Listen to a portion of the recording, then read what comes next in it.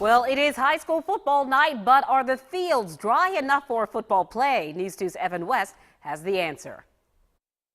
It's a beautiful night for high school football here in the Low Country, but instead of strapping on the pads, a lot of kids are going to be sitting on the couch tonight. Now, despite the ideal conditions right now, a lot of these high school football fields were underwater at the beginning of this week, making football an impossible feat for tonight.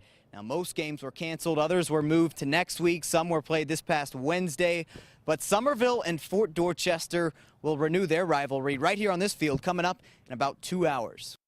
The field's in really good shape, with all the rain we got, obviously. It's pretty good. Governor Haley says it's devastation this state hasn't seen in centuries. But later tonight, a different kind of green wave invades North Charleston. And despite the record rain Dorchester County has seen, it's a welcome sight for these Patriots. I think the biggest thing about this game is after the flood and all that, it's a time for both communities to kind of, I hate to say we're going to be together because we're not going to be together, but, in one area, and I think it'll be a good thing. When it comes to football, Summerville is struggling to keep their heads above water with 3 straight losses, while the Patriots are cruising with a 7-0 record. It's all thanks to a 15-year-old phenom quarterback, DeCarrion Joyner.